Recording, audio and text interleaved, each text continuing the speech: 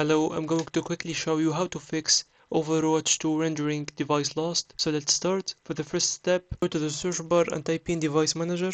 Now this tab will open, so search for the display adapters, open it. After that, go to your graphics card, not the integrated one. Once you choose it, right click, after that select update driver. Now select search automatically for drivers, and now select close. After that, go to the processors, open it, select the first one, right click, after that select update driver. Select search, after that click close. Next, go to the Windows search bar and type in NVIDIA app. Note that if you don't find this app here, you must download it from the web browser. So after setting it up, get back here and select NVIDIA app. Make sure to log in with your right credentials. After that, go to driver in the left menu and make sure to install the latest available driver you find right here. Select install. Now select express installation and click on continue to begin the process. For the last step, go to the Windows search bar and search for settings. Now select Windows Update here, or you can see it in the left menu bottom. Select Windows Update. After that, make sure to download and install the latest available updates. And if you find failed updates, make sure to retry downloading them. Next, make sure to restart your computer and your problem should be fixed. If you find this video is helpful, make sure to like and subscribe, and see you on the next one.